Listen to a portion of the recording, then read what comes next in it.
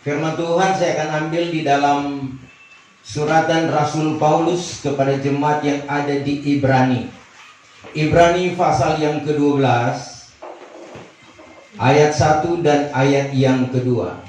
Saya akan bacakan dalam terjemahan lama, nanti satu orang sebentar baca dalam terjemahan baru.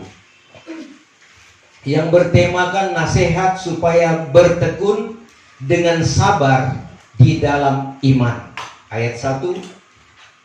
Oleh sebab itu, sedangkan kita dilingkungi dengan sebegitu banyak orang yang menyaksikan seperti awan rupanya, maka hendaklah kita membuangkan tiap-tiap pikulan yang berat dan dosa yang mudah menjerat kita, dan biarlah kita berlari dengan tekun di dalam perlombaan yang diwajibkan bagi kita. Ayat 2.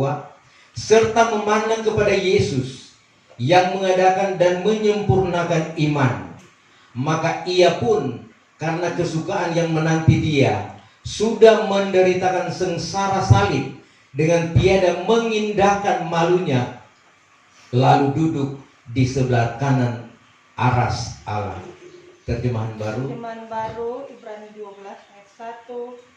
Karena kita mempunyai banyak saksi, bagaikan awan yang mengelilingi kita, marilah kita menanggalkan semua beban dan dosa yang begitu merintangi kita, dan berlomba dengan tekun dalam perlombaan yang diwajibkan bagi kita. Ayat 2. Marilah kita melakukannya dengan mata yang tertuju kepada Yesus, yang memimpin kita dalam iman, dan yang membawa iman kita itu kepada kesempurnaan, yang dengan mengabaikan kehinaan, tekun memikul salib, ganti sukacita yang disediakan bagi dia yang sekarang duduk di sebelah kanan takhta Allah. Iya, terima kasih.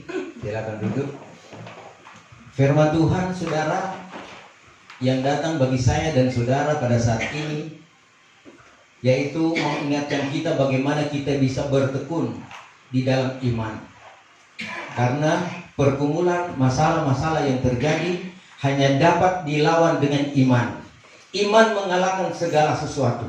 Nah, oleh sebab itu Rasul Paulus dia katakan, dia sampaikan kepada orang-orang pilihan Tuhan, orang-orang yang sudah dipanggil, dibentuk dan diproses, dan sedang diproses menuju kepada kesempurnaan, termasuk saya dan saudara. Kita dipanggil oleh Tuhan bukan karena kita hebat kuat, bukan karena kita kaya, bukan karena kita luar biasa, saudara. Tetapi saudara, Tuhan melihat hati, Tuhan melihat kehidupan kita yang membutuhkan pertolongan.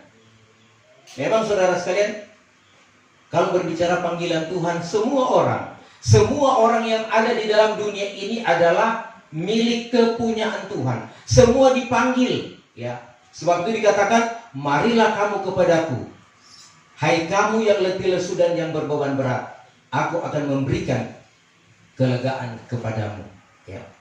Yohanes 1 ayat 29, tengoklah anak domba Allah yang mengangkut dosa seisi dunia. Bukan cuma orang-orang yang dikatakan Kristen, tetapi dosa seisi dunia.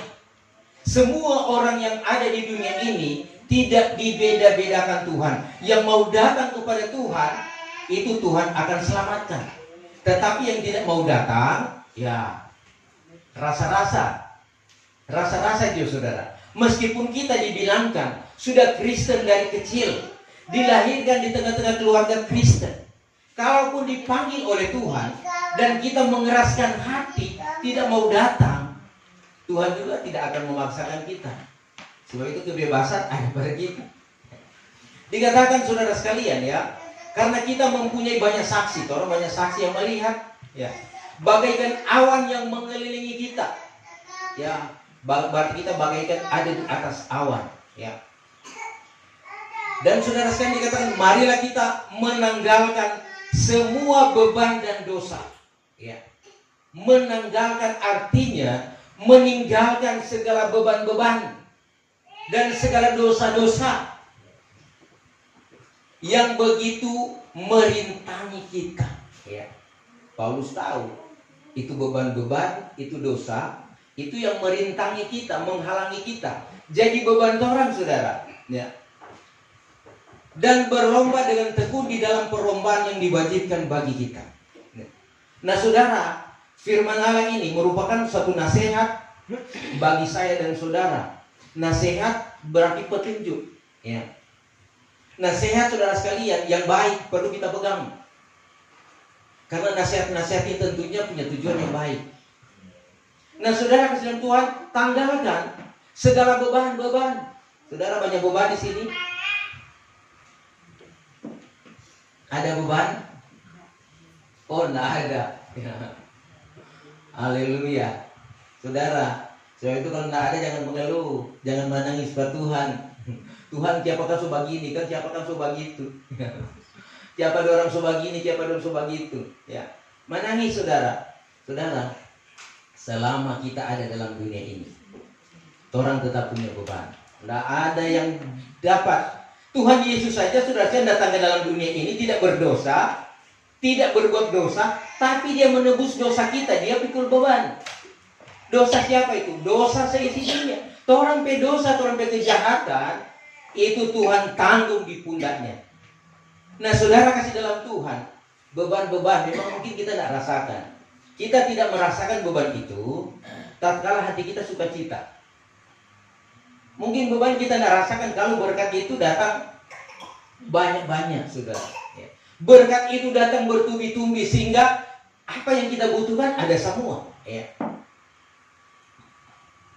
Tiba-tiba kita mendapat berkat, hasil usaha, hasil pekerjaan kita, usaha dari apa yang menghasilkan, memenuhi kita. Hati yang bersukacita itu hati yang senang, sehingga kalau cuma beban-beban yang kecil, itu tidak terasa beban. Kecuali saudara meskipun diberkati kalau sakit, apalagi kalau dia masuk rumah sakit, itu beban saudara.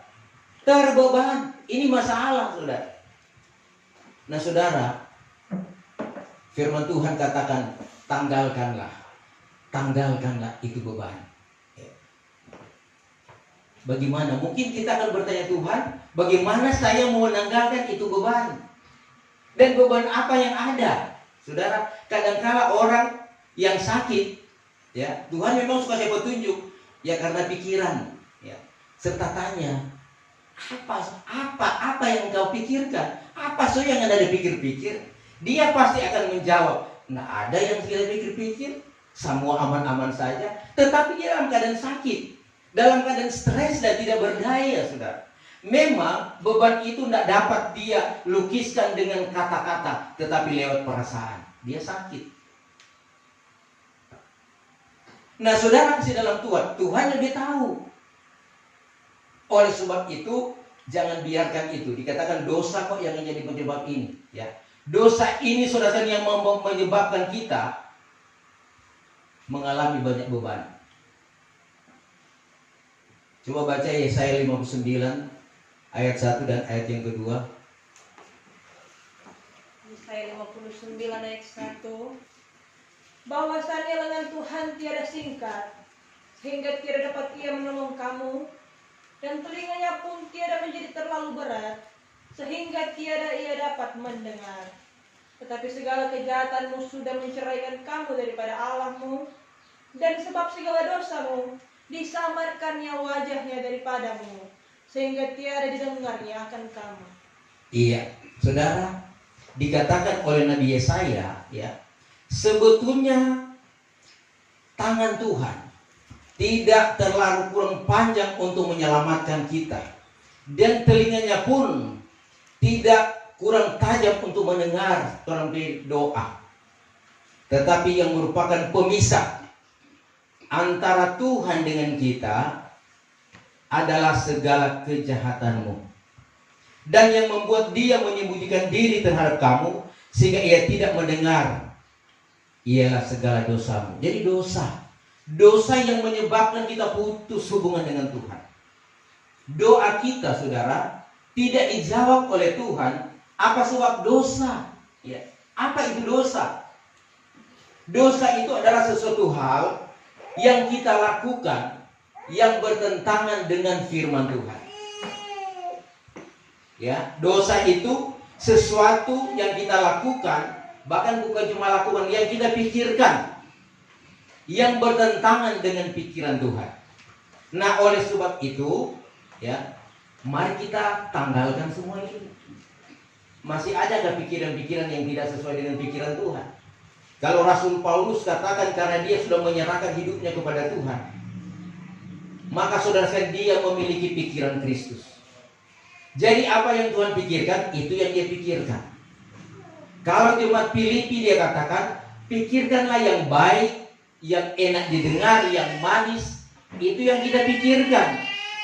Nah saudara, kalau kita masih berpikir tentang masalah-masalah yang sulit, masalah-masalah yang ada di tengah-tengah dunia ini, yang menindih beban kita, maka inilah yang membuat kita terbeban. Orang yang mengalami beban itu kadang-kala jadi bungkuk. Ya, ada perempuan bungkuk, ya dia selalu tengok-tengok ke bawah. Akhirnya dia bungkuk. Kenapa dia tengok ke bawah? Karena memikirkan hal-hal duniawi. Ya, gereja Tuhan bisa jadi bungkuk kalau kita banyak menengok ke bawah. Perkara-perkara daging, perkara-perkara saudara kesadaran Tuhan yang sebetulnya itu terlalu kecil bagi Tuhan. Tuhan mau kita berpikir perkara-perkara yang ada di atas, di mana Kristus ada, yaitu kita berpikir tentang apa yang sudah Tuhan sampaikan. Berpikir tentang firman Tuhan, karena firman Tuhan ini kekal. Yang sudah disampaikan, sudah terurai. Rahasia dari kekal sampai kekal itu Tuhan sudah sampaikan.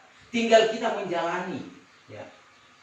Bagaimana kita dipanggil Tuhan, bagaimana kita dibentuk, diproses. Dan saat ini kita masih dalam pembentukan, masih dalam proses Tuhan.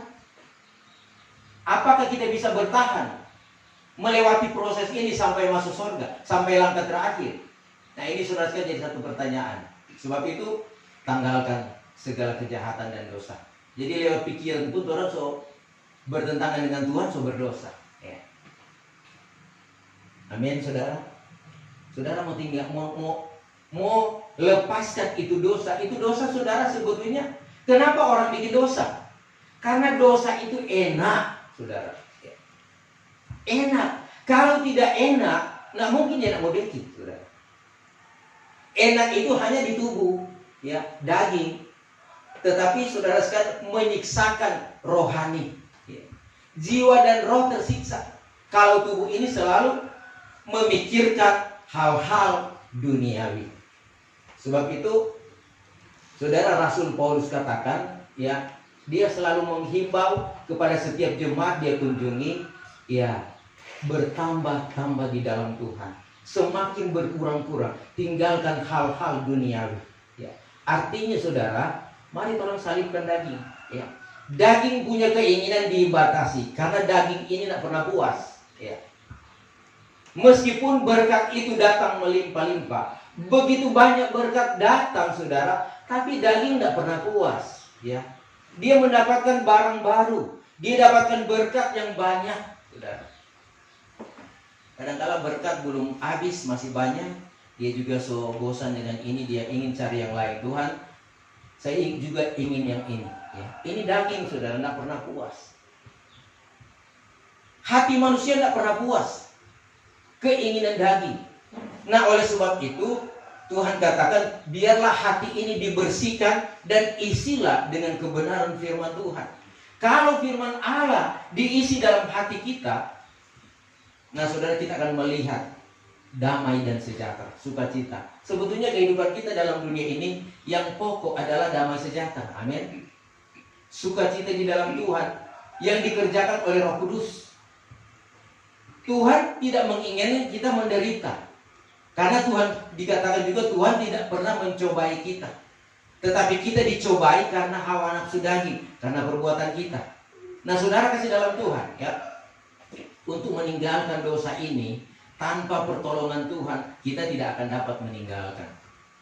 Kalau orang saudara sekalian, ya, mungkin tidak luput dari baba dusta, ya, penyakit atau dosa berdusta ini, itu saudara kadang-kadang memang selalu ada dan sangat sulit orang meninggalkan. Tuhan bilang ya terus terang dengan Tuhan. Karena juga Tuhan sudah terus terang. Tuhan sudah sampaikan. Nah kita perlu berterus terang kepada Tuhan.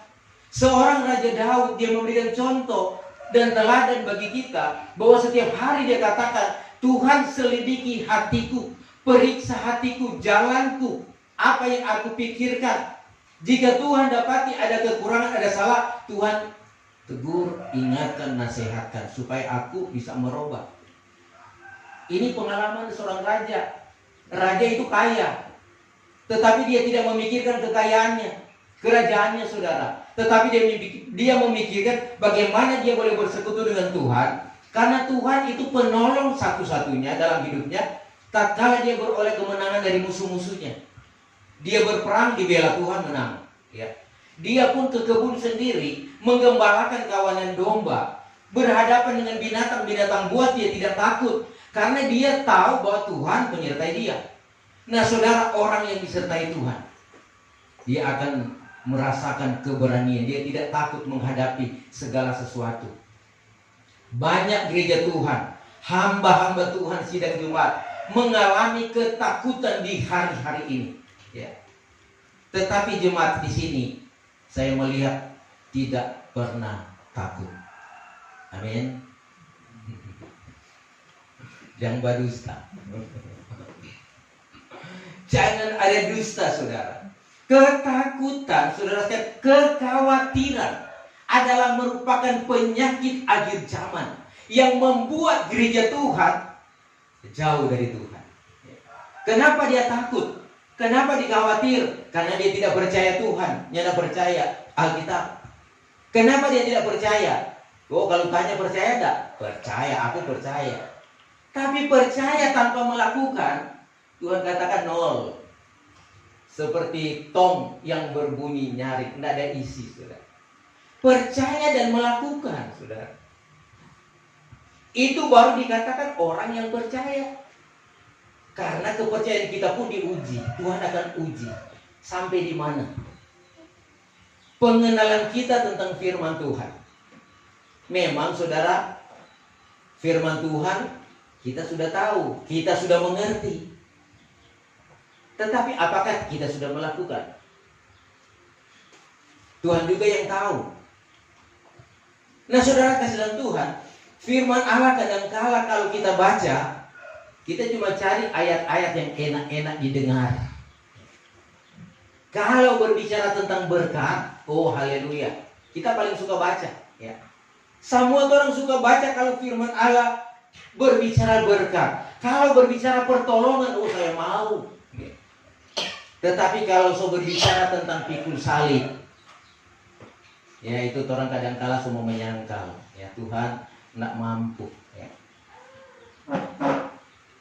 Kalau berbicara tentang saudara sekalian penyalipan daging, itu banyak yang mundur. Contoh saudara, waktu kita mengadakan pergumulan doa dan puasa, ya. Kesaksian dari orang yang ikut doa dan puasa, itu bagaimana iblis akan menghalangi. Ya.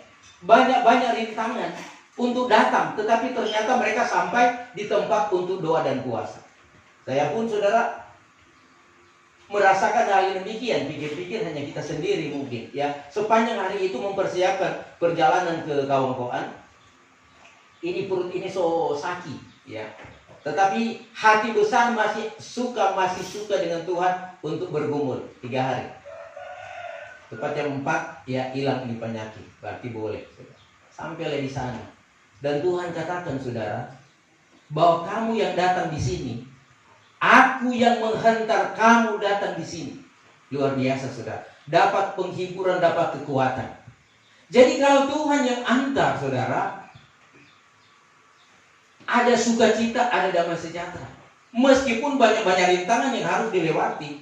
Memang kalau orang setengah-setengah hati, tidak sakit sendiri sedikit, biar sobai jam 12, dia tidak akan mau pergi. Karena setengah hati. Tetapi kalau satu hati, cinta Tuhan, mau salibkan daging, dia akan sampai. Tapi ini saja ya, hari kedua saja so muntah. Tetapi ya kita bilang kalau sudah tahan ku 7, tapi dia masih bertahan. bertahan sampai akhir, ya. Saudara, ini adalah penyerahan total kepada Tuhan. Karena jangan kita hanya pikir yang enak-enak saja. Banyak orang gereja Tuhan yang di zaman sekarang ini, apalagi kita golongan kabar pengantin, kalau mau bilang puasa, ya sebagian suka, tapi sebagian berpikir, aduh, nak makan lagi, nak minum lagi, 1 hari lagi. Itu baru 1 hari sudah. So mulai berpikir, aduh, semua hari Sabtu lagi, semua berpuasa lagi. Kadang-kadang jadi beban, saudara.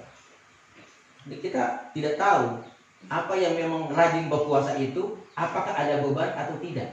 Ya. Tapi jangan juga puasa itu, ya saudara kasih dalam Tuhan, hanya seada-adanya, hanya asal-asal. Puasa itu, saudara, dikatakan firman Tuhan adalah orang membersihkan hati kita, salibkan daging. Dan juga, saudara, kadang-kala kita kalau puasa hanya sibuk, kita menyibukkan diri dengan kesibukan yang biasa-biasa. Orang yang tidak baca Alkitab, tidak berdoa, saudara. Nah, kadang-kala kita sakit, habis puasa so sakit sakit perut, sakit kepala. Apa sebab? Tidak berdoa. Doa puasa itu, saudara, baca Alkitab dan berdoa. Tambah jam doa, tambah jam baca Alkitab. Jadi saudara, kalau ada puasa, jangan orang sibuk pikobong.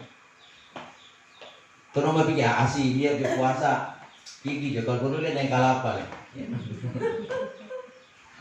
Kalau perlu naik cingke, nama tuh cingke ada semua ciri. Ya. Jadi ya, itu kan DP mau, oh iya. Kadang-kala orangnya tidak berpuasa karena berkat. Berkat kadang-kala menutup orang hubungan dengan Tuhan. Di gawang saja ada gembala-gembala tidak hadir. Siapa? Katanya siapa tidak hadir gembala-gembala? Ada Bapak Cingke. Oh Tuhan. Saudara, satu kali Tuhan akan bunuh tuh cingke itu kalau menghalangi kita datang ke Tuhan. Tapi kalau Tuhan tetap setia sungguh-sungguh, biar jatuh cingke itu, ya Tuhan kok akan berkati kita. Selama cingkenya nak berbuah, kita mau tanya jemaat yang ada cingke, apakah jemaat berkekurangan? Atau kurang tunggu-tunggu tuh kalapa? Semua panen, semua kuartal, kurang tunggu-tunggu tuh cingke. Sehingga DP iman soalnya nak pak Tuhan, kurang pada DP kobong, saudara. Ya. Ini hal yang Tuhan yang tidak suka. Tuhan mau kita mengasihi Tuhan lebih dari segala perkara, dari segala hal. Karena berkat itu dari Tuhan. Kalau Tuhan berkati orang dengan kebun cingke, kebun kelapa, mungkin kebun vanili, dengan apa saudara sekalian, ada milu juga, ada tomat, ada rica. Itu karena Tuhan baik, saudara. Kadang-kala rica orang yang tanam dia tumbuh. Tuhan tumbuhkan. Ya. Kadang-kala kalapa dia jadi sendiri. Ya. Saudara, itu keajaiban yang Tuhan berikan bagi saya dan saudara. Sebab itu saudara, jangan sampai kita karena berkat ini kita terhambat datang ke Tuhan. Sebab itu Raja Sulaiman dia katakan, jangan berkati aku terlalu kaya. Sehingga kalau terlalu kaya dia akan lupa Tuhan, dia tidak akan beribadah. Dan jangan juga berikan aku terlalu susah, jadi miskin. Kalau jadi miskin ya dia mempermalukan nama Tuhan. Sedang-sedang saja. Kehidupan saya dan saudara hanya bisa terpelihara, hanya bisa setia kepada Tuhan kalau sedang-sedang saja. Artinya kita dalam pemeliharaan Tuhan. Mau bilang susah juga tidak susah. Tetap ada makan, ada minum. Mau bilang kaya juga tidak kaya. Tetapi saudara, sebetulnya berkat itu Tuhan tahu mempercayakan buat orang. Tuhan tahu, Tuhan sebetulnya kaya. Ya, emas dan perak Tuhan punya, kata Nabi Hajai.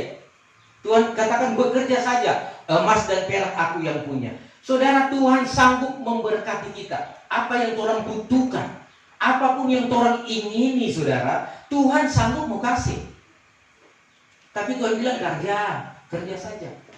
Tapi kadang-kala cuma tunggu-tunggu berkat dan kita tidak mau bekerja. Ini kesalahan, saudara. Berkat itu kalau Tuhan terlalu banyak kasih dan kita tidak mampu, akan jadi berdosa. Dan juga Tuhan tahu orang kemiskinan. Kalau kita terlalu susah, Tuhan tidak akan pernah mau biarkan kita mati karena lapar, karena kelaparan. Amin. Tetapi satu kali kelak, saudara, kita pun akan diuji, iman kita akan diuji. Ya. Memasuki masa-masa yang sukar. Ya. Dikatakan saudara-saudara dalam kitab Wahyu pasal yang ke-6, secupak gandum sedinar harganya. Satu cupak, 1 dinar. 1 dinar ukuran orang Israel itu gaji 1 hari cuma bisa beli gandum 1 cupak atau jelai 3 cupak. Ya, taruhlah liter. Ya. Cuma gaji 1 hari. Kalau DP keluarga ada banyak anggota, apakah cukup? Tidak cukup. Belum lagi yang lain-lain. Lauk pauk, ya. DP snack-snack, tidak cukup, saudara. Tetapi dunia akan menuju ke sana. Ini sudah tersurat. Nah, saudara dalam Tuhan, minyak dan air anggur jangan dirusakkan. Orang-orang yang percaya kepada Tuhan, yang menyerahkan diri kepada Tuhan, sungguh-sungguh tidak akan pernah dirusakkan. Tetapi tetap akan bertambah-tambah damai dan sejahtera di dalam Tuhan. Mari kita pegang, saudara. Kita sedang menghadapi ujian-ujian. Tuhan sedang menggoncangkan dunia ini. Politik sudah semakin menjadi-jadi, tidak menentu. Kita melihat ada bantuan-bantuan sosial. Kadang-kala salah sasaran. Orang miskin tidak dapat. Orang kaya justru dapat. Mau bilang apa? Itu politik. Mau protes. Ya, saudara sekalian, jangan cuma bilang ya kember. Orang Lamongan bilang, badian dia berdoa coba Tuhan. Kemudian juga soal ekonomi, saudara. Ekonomi sekarang bergoyang, saudara sekalian. Budaya. Semua ini menggoncangkan iman, dan ini adalah ujian iman kita. Saudara, untuk beroleh kemenangan. Ya, Rasul Paulus katakan, ya, memandang kepada Yesus yang mengadakan dan yang menyempurnakan. Pandang kepada Tuhan, Dia yang mengadakan untuk kebutuhan kita, dan Dia juga yang akan menyempurnakan hidup kita. Hidup kita ini dalam tangan Tuhan. Kalau hidup kita dalam tangan Tuhan, siapa yang bisa mengganggu kita? Ya. Rasul Paulus katakan dalam Roma pasal 8 ayat 31, jika Tuhan di pihak kita, siapakah lawan kita? Kalau Tuhan memegang kita, siapakah yang akan mengganggu kita? Tidak ada, saudara. Tetapi jadi pertanyaan, yang penting Tuhan ada di pihak kita. Jangan sampai, saudara sekalian, hati kita, pikiran kita ada di dalam Tuhan, tetapi Tuhan tidak ada di dalam hidup kita. Karena Tuhan sudah tunjukkan, banyak orang yang percaya tatkala di Yerusalem. Banyak orang yang percaya karena melihat mujizat, tetapi Tuhan tidak mempercayakan dirinya kepada mereka itu. Ini yang terjadi. Ini yang berbahaya, saudara. Coba baca firman Tuhan di dalam Yohanes pasal 3 ayat 23. Yahya 3 ayat 23. Tapi Yahya ada juga Oh, bukan itu. Yahya pasal 2 ayat 24. Ayat 24. Tetapi Yesus sendiri tiada mempercayakan dirinya. Ayat 23 mulai. Ayat 23. Maka pada waktu Yesus di Yerusalem, yaitu ketika hari raya Paskah, banyak orang percaya akan namanya, sebab telah dilihat oleh mereka itu akan segala tanda ajaib yang diperbuatnya. Tetapi Yesus sendiri tiada mempercayakan dirinya kepada mereka itu, sebab dikenal ya mereka itu sekalian. Iya, saudara. Sementara ia di Yerusalem selama hari raya Paskah, banyak orang percaya dalam namanya karena mereka telah melihat tanda-tanda yang diadakannya mujizat. Tetapi Yesus sendiri tidak mempercayakan dirinya kepada mereka itu, karena ia mengenal mereka. Saudara, ini yang kita jaga sekarang. Ya. Jangan sampai kita mengatakan kita kenal Tuhan. Setiap minggu kita ibadah, kita puasa, baca Alkitab. Ya. Jangan sampai Tuhan katakan, aku tidak mempercayakan diri kepada kamu. Ya. Karena dikatakan Matius pasal 7, ya, Matius pasal 7 ayat yang ke-23, 24. Coba baca firman Tuhan. Matius 7 ayat 23. Pada ketika itu aku akan berkata kepada mereka itu dengan nyata. Ayat 22 baca. Mulai. Ayat 21 mulai 21 sampai 23. Ayat 21. Bukannya tiap-tiap orang yang menyeru aku, Tuhan, Tuhan, akan masuk ke dalam kerajaan surga. Hanyalah orang yang melakukan kehendak Bapa-Ku yang di surga. Pada hari itu kelak banyaklah orang yang akan berkata kepadaku, Tuhan, Tuhan, bukankah dengan nama Tuhan kami mengajar? Dan dengan nama Tuhan kami membuangkan setan? Dan dengan nama Tuhan kami mengadakan banyak mujizat? Pada ketika itu aku akan berkata kepada mereka itu dengan nyata, bahwa tiada pernah aku mengenal kamu. Undurlah daripadaku, hai kamu yang mengerjakan jahat. Ini saudara merupakan ancaman bagi kita gereja Tuhan Kabar Pengantin. Ya. Sudah mengajar, sudah membuangkan setan, sudah penuh dengan Roh Kudus, melakukan kehendak Tuhan. Kita tetap berusaha mempertahankan. Ya. Kebenaran ini perlu kita pertahankan. Dan jangan dalam mempertahankan ini kita melakukan kejahatan atau kita membuat dosa, berbuat kejahatan. Tuhan akan katakan, aku tidak mengenal kamu. Nah saudara, ini kita perlu terbuka kepada Tuhan. Sebab itu kita hidup di hari-hari ini, hiduplah mengenal apa kehendak Tuhan. Hiduplah dalam pertobatan, sadar diri. Ya. Kita menyadari kita ini hanya manusia biasa. Memang saudara, kita tidak luput dari salah dan dosa. Kadangkala lewat pikiran, lewat perbuatan, kadangkala kita sudah menyakiti suami, menyakiti istri, anak-anak. Kadangkala kita terlanjur bicara, ini kita perlu kontrol. Kontrol. Kalau memang salah ya salah. Lebih baik kita saudara sekalian berdiam. Karena saudara sekalian orang yang berdiam kemudian dia berdoa, itu khasiatnya luar biasa. Nanti Tuhan yang akan menegur dia. Tetapi kalau kita kadangkala taiko emosi, baku salah di firman, saudara mulai baku marah, kadangkala semua keluar tuh kata-kata bahasa yang menyakiti, bahasa yang mengecewakan, menyusahkan. Akhirnya berikut juga baku baik. Ya. Sebab itu kalau masalah orang tua, kalau orang tua ada baku marah dengan firman, jangan ceritakan ke anak-anak. Apalagi cucu-cucu. Jangan. Tetapi cukup orang tua dengan orang tua. Sebab apa saudara? Sewaktu-waktu orang tua baku dapat, baku baik, baku sayang, anak-anak ini nyenda hilang. Dia bilang, oh mama kayak musuh, tuh sana papa kayak musuh. Dorang akan tangkap itu. Kan orang tua kan nyenda akan bilang, mama dan papa sudah baik, dan itu tante, dan itu om sana. Nah akan dia akan bilang pada ke anak-anak saudara. No, kalau anak-anak lagi laki-laki kompan jahat, saudara, kadang-kadang dia yang mau balas dendam. Jadi kalau masalah itu sebenarnya selesaikan dengan Tuhan. Jangan cerita apa-apa. Nah ini saudara, dosa-dosa yang perlu orang kasih tinggal. Amin. Karena kadang-kadang juga kita sebagai orang tua kalau mau lihat anak-anak berbuat salah, berbuat kecewa sekali saudara.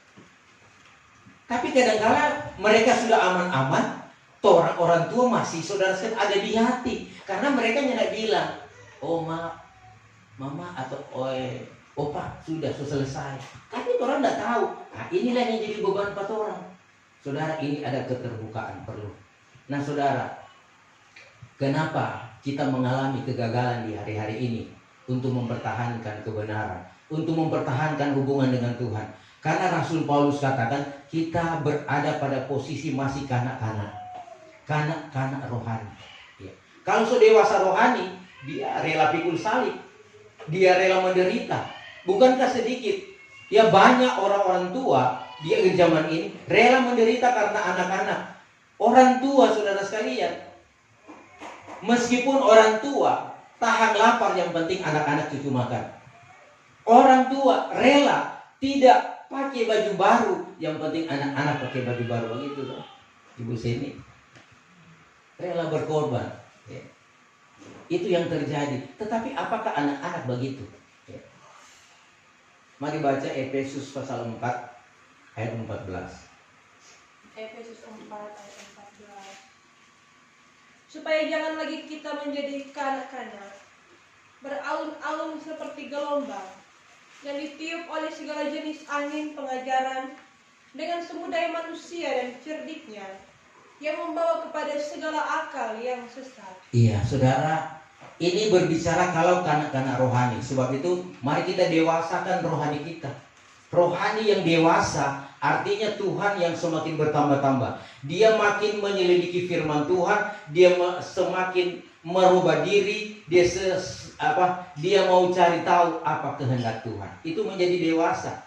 Kalau karena dia ombang-ambingkan. Sekarang banyak pengajaran-pengajaran palsu dan sesat. Sehingga kalau masih kanak-kanak masih orang bisa bikin bodoh. Banyak tawaran-tawaran dunia akan datang. Ikutlah dengan saya. Kalau ikut saya, pasti saya akan jamin. Kanak-kanak rohani ini bukan diukur dengan masih anak-anak, tetapi kadang-kala orang dewasa sudah lama di dalam Tuhan. Rasul Paulus katakan, ya, kalau mulia itu sepatut jadi guru, tetapi masih melihat seperti anak-anak. Perlu diajarkan tentang alif bata dunia ini. Bagaimana bertobat, bagaimana melakukan kehendak Tuhan. Nah saudara, orang yang terombang-ambing dengan pengajaran-pengajaran atau kepalsuan-kepalsuan manusia, kelicikan yang menyesatkan, ini sangat berbahaya. Karena kadang-kala kita merasa kecil hati melihat di sana dorang beribadah luar biasa, gereja besar, banyak orang lagi, orang-orang kaya lagi. Kadang-kala kita jadi kecil hati. Nah itu bisa juga kita terpengaruh. Kadang-kala mungkin kita tertemplak di sini, ya kita juga mungkin ada baku kles atau nyenak sehati dengan jemaat lain, atau mungkin nyenak sehati dengan gembala. Dia mulai berpikir, ya lebih baik kita di sana. Iblis bilang, iyo. Iblis sama saudara. Iblis dia babisi lah. So betul itu. Ya. Tapi Tuhan bilang tetap bertahan, tetap sabar. Torang saudara sekalian, kalau torang kekurangan firman, torang kekurangan Roh Kudus, ya, tidak mengandalkan Roh Kudus, kita pasti dengar apa kata iblis. Iblis itu saudara, ya, kalau di zaman Adam dan Hawa dia pakai itu ular, ya. Tapi zaman sekarang iblis pakai apa saudara? Kalau iblis mau pakai ular, lari habis. Coba kalau ada ular hitam lagi Pak Sony di rumah, lari dia atau diambil beda kembali. Coba Yori, coba ada ular hitam masuk di rumah. Iblis sekarang tidak pakai ular, tapi apa yang dia pakai saudara? Dia pakai orang-orang ada di sekitar kita. Dia bisa pakai istri untuk mengganggu suami. Dia bisa pakai suami untuk ganggu istri. Dia bisa pakai orang tua untuk merusak anak. Anak juga iblis bisa pakai untuk mengganggu orang tua, bikin pikiran ke orang tua. Iblis itu cerdik, ya. Dan iblis itu, setan itu tidak sama dengan dulu. Dulu orang-orang tua katakan bahwa iblis itu, setan itu opo-opo. Itu ada di batu-batu di hutan, ada di pohon-pohon besar. Tapi sekarang iblis sekarang lebih canggih, teknologi semakin canggih. Iblis itu saudara sekalian soalnya tinggal di hutan, soalnya tinggal di batu-batu. Dia bilang, nyana mau dapat goda manusia kalau tinggal di batu-batu. Di mana dorang pergi saudara? Dorang pergi di mall-mall. Karena orang paling banyak suka ke mall, ya. Apalagi anak-anak muda. Sama dengan Afi ini, ya. Suka, tapi dia dibatasi. Kadang-kala dia keluar terus di mall. Orang suka di mall. Kalau di mall sana saudara, iblis banyak menunjukkan diri. Sehingga saudara sekalian, kalau kita kekurangan iman saudara, akan menjadi lemah iman.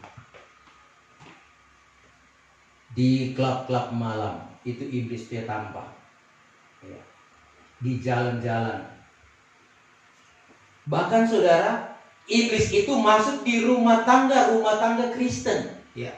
Orang-orang percaya. Iblis masuk, saudara.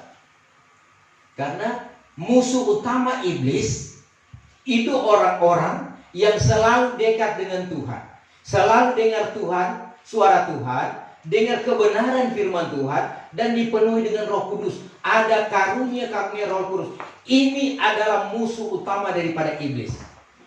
Kalau orang-orang di luar sana yang ibadah tidak ada Roh Kudus, tidak ada kebenaran, cuma firman baca-baca, tidak ada kuasa di sana, iblis tidak mau ganggu pada orang. Iblis petamang. Meskipun juga mereka sudah ada Roh Kudus, tetapi mereka tidak melanjutkan, tidak mempraktekkan karunia-karunia Roh Kudus. Iblis tidak mau ganggu pada orang, karena iblis bilang tamang friend semua, ya. Besti itu. Tetapi musuh utama iblis orang-orang kabar pengantin. Lihat juga, tatkala kita tergoncang, terpecah dua, itu DP bau harum, DP ledakan luar biasa. Semua orang tahu, di medsos keluar masalah-masalah yang terjadi. Sampai di anak-anak pun tahu masalah yang terjadi. Apa sebab? Iblis musuh kita. Iblis berusaha menghancurkan kita karena kita hubungan dekat dengan Tuhan. Orang Israel pun, saudara, meskipun mereka mendengar firman Tuhan, melakukan firman Tuhan, Tuhan buat mereka dua pihak. Tatkala Raja Soleman mangkat, maka terpecahlah umat Israel, ya. Kerajaan utara dan kerajaan selatan. Nah, ini cara iblis. Jadi musuh iblis itu, saudara, adalah saya dan saudara. Karena tujuan kita, jalan kita sorga. So tahu-tahu. Sebab itu jangan sampai di antara kita lemah iman. Kuatkan iman. Iblis juga, saudara sekalian, ada di antara keluarga. Dia juga ada di barang-barang begini, saudara, ya. Begitu, ya, mau tidak mau, suka atau tidak suka, kita harus menikmati semua itu. Anak-anak lebih canggih lagi. Ya mungkin kalau orang-orang tua, ya apalagi yang baru pegang Android, yang nggak tahu apa-apa. Tetapi satu kali tatkala, ya, Pak Sony, Ibu Selfie, Ibu Seni, Pak Yori, semua tahu. Bodoh, memang ini karena belum tahu. Tapi tatkala semua tahu, oh itu memang mesti pakai apa? Sortir. Mesti pakai apa namanya? Pembatas. Pembatas itu Roh Kudus. Tapi juga memang HP ini, dia saudara sekalian, daya hancur itu luar biasa. Jadi kalau orang tua, jangan terlalu lama di HP. Dia akan bikin lala, sakit mata, rasa tidur, sering mau kerja. Tetapi ada kesukaan. Ada, saudara sekalian, sudah ada di jari. Jadi iblis itu mau goda kita, terlalu gampang. Meskipun firman Tuhan katakan jangan beri tempat kepada iblis. Iblis pun biar tidak diberi tempat, dia akan cari celah untuk masuk. Jadi jangan kita beri celah. Jadi tatkala kita sudah merasa sudah jatuh, kita mengalami dalam keadaan kelemahan, kemudian ada salah, minta ampun kepada Tuhan, mengaku dosa. Tuhan katakan, firman Tuhan katakan, jika kamu mengaku dosa, maka Allah tetap setia, dia akan menolong kita. Karena yang menolong kita cuma Tuhan. Firman Allah yang menolong kita, bukan manusia. Jadi kalau ada masalah, jangan curhat ke manusia, biar besti lagi. Sebab apa? Tatkala terjadi percekcokan, maka dia mulai cerita. Dia mulai gembar-gemborkan. Itu aib kita. Jadi batasi, tapi sampaikan kepada Tuhan. Karena Tuhan mengerti dan peduli. Karena saudara memang, ya, dikatakan dalam Kisah 14, orang masuk surga. Kita akan masuk surga dengan menanggung banyak-banyak sengsara. Ya. Ayat yang terakhir, Kisah 14 ayat 22. Kisah Rasul 14 ayat 22. Sambil menetapkan hati murid-murid dan menyuruh bertekun di dalam iman dengan katanya bahwa tak dapat tiada kita masuk kerajaan Allah dengan menanggung beberapa banyak sengsara. Iya, tak dapat tiada, ya. Kita harus bertekun. Karena untuk masuk surga, orang akan menanggung beberapa banyak sengsara. Jadi sengsara-sengsara yang ada adalah merupakan jalan kita masuk surga. Kita masuk surga bukan enak-enak, bukan seperti masuk jalan tol, lari secepat sehingga sampai, tetapi melalui jalan yang berliku-liku. Sempit jalan ke surga. Mau ikut jalan sempit atau jalan lebar? Cuma sedikit orang yang masuk jalan sempit, ya. Tetapi itu memang bukan dijawab dengan mulut, tetapi perbuatan. Apakah kita rela pikul salib? Sebab itu kalau hamba-hamba Tuhan rela berkorban, jemaat rela berkorban, mengorbankan segala sesuatu untuk Tuhan, Tuhan akan melihat. Berkorban juga bukan cuma korban harta benda, tetapi perasaan. Demikian juga kita rela pikul salib, berdoa, puasa.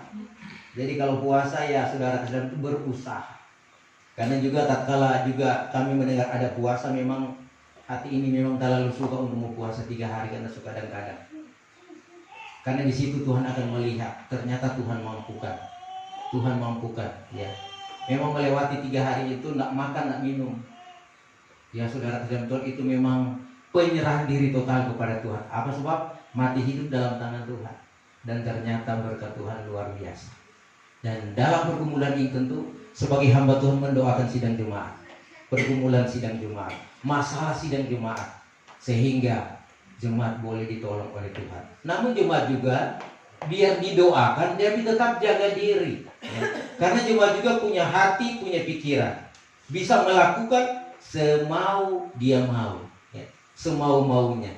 Jadi meskipun gembala doakan, kalau orang tetap melakukan dosa, tetap melakukan salah, saudara, itu Tuhan pasti akan tegur. Syukur kalau Tuhan masih tegur. Tapi jangan sampai Tuhan punya tidak tegur, kemudian saudara pada akhirnya dia mengalami kematian kekal atau masuk neraka. Ini yang sangat menakutkan kita. Sebab itu di hari-hari ini apa yang kita mau pikirkan? Pikirkan tentang sorga. Kita dipandang orang, dilihat orang, jadilah berkat. Berbuatlah baik setiap hari, setiap saat, setiap waktu. Jangan ada kebencian. Buang itu rasa kebencian, ya. Rasa marah, mengampuni satu dengan yang lain. Sehingga dalam hal ini biarlah kita yang disalibkan. Biarlah mereka yang senang. Karena apa sebab saudara sekalian? Kalau kita rela pikul salib, ya, Tuhan juga rela menanggung dosa kita. Dia pikul salib, sehingga dia boleh duduk di sebelah kanan Allah. Kita pun kalau setia sampai pada langkah yang terakhir, kita akan ada di sebelah kanan Allah. Kita akan di sorga, ada di Yerusalem baru, dunia baru, penuh dengan kesenangan. Dan itu tempat yang kekal. Tuhan memberkati, dan mari kita mempersiapkan diri untuk masuk pada perjamuan kudus.